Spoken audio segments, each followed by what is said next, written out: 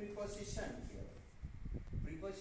preposition අපි ඉගෙන ගන්නකොට ඒ අකුරේ ඉඳලා ඉසට අකුරට යනකම් ඉංග්‍රීසි අකුරු 26ට අනුව එකින් එක අපි කතා කරන්න තියෙනවා. පළමුවෙන්ම අපි කතා කරන්නේ නිපාතය යටතේ preposition වල ඒ අකුරෙන් පටන් ගන්න නිපාත ටික. මේකෙත් අපි ගන්න විශේෂයෙන්ම නිතර භාවිතා වන නිපාත ටිකක් ගන්න. ඇයි අපි නිපාත භාවිතා කරන්නේ ඉංග්‍රීසි භාෂාව? මොන හේතුවක් මතද ඉංග්‍රීසි භාෂාවට අපි නිපාත කියන දෙයක් ගන්න තියෙන්නේ? නිපාත කියන්නේ ඉංග්‍රීසි භාෂාවේ වාක්‍ය වලින් නිවැරදිව හසුරවලා නිවැරදි තේරුම ගන්න. ඒක අපි වාක්‍ය ලියනකොට අපිට පැහැදිලි වෙනවා. සාමාන්‍යයෙන් අපි ඒ අකුරේ නිපාත ටිකක් පියාගෙන තියෙනවා.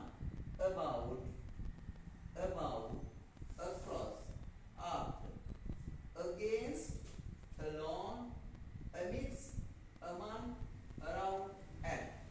මෙන්න මේ විදිහට නිපාත අරන් තියෙනවා.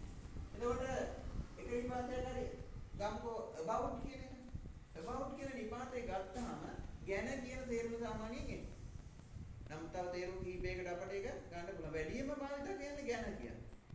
අපි සරලව වාක්‍යයක් ගත්තොත් මම පොතක් ගැන කියනවා. අපි කොහොමද ඒතර වාක්‍ය කියන්නේ? සත්‍රු පදේ මමනේ. I කියනවා say හරි speak හරි ගන්න පුළුවන්. අපි කියමු say I say පොතක් ගැන about a book.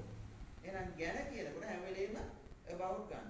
පොතක් ගැන, ඔයා ගැන, නිමල් ගැන, අම්මා ගැන, about father, about mother, about Nimal ඔය විදිහට ගන්න පුළුවන්. ඒතකොට අපි ලියාගත්තු subject එකට verb එක එකතු කරපුවම කර්තෘ පදයට ක්‍රියාපදේ එකතු කරපුවම එතනින් එහාට නිපාතයක් එකතු වෙනවා නම් ගැන කියන මේ about කියන එක දාන්න. මෙන්න මේ විදිහට ඒ අකුරෙන් පටන් ගන්න නිපාතවල එකින් එකට